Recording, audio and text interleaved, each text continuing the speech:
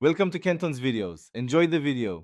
You start by confirming prerequisites: a modern browser, extension store access, and an account for the VPN Proxy Browser. Install the extension now and sign in. This verifies your subscription and credentials. Once done, grant the requested permissions so traffic can be routed. Make sure to set the extension to active in the toolbar. This is the first actionable step. If you have multiple network adapters, pick the one the browser will use. It prevents conflicts when you switch locations. Next, you configure the connection.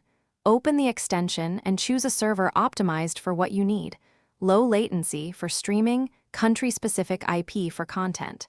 Then enable security features like the kill switch and DNS leak protection. These prevent accidental exposure if the tunnel drops.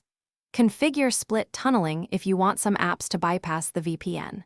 Once settings are applied, run a quick IP check and DNS leak test to confirm your traffic is routed correctly. This proves your setup works before you browse. Finally, connect through the proxy browser and verify that sites load and services behave as expected. You should see the chosen server location. If a website blocks you or content fails, switch servers or change the protocol.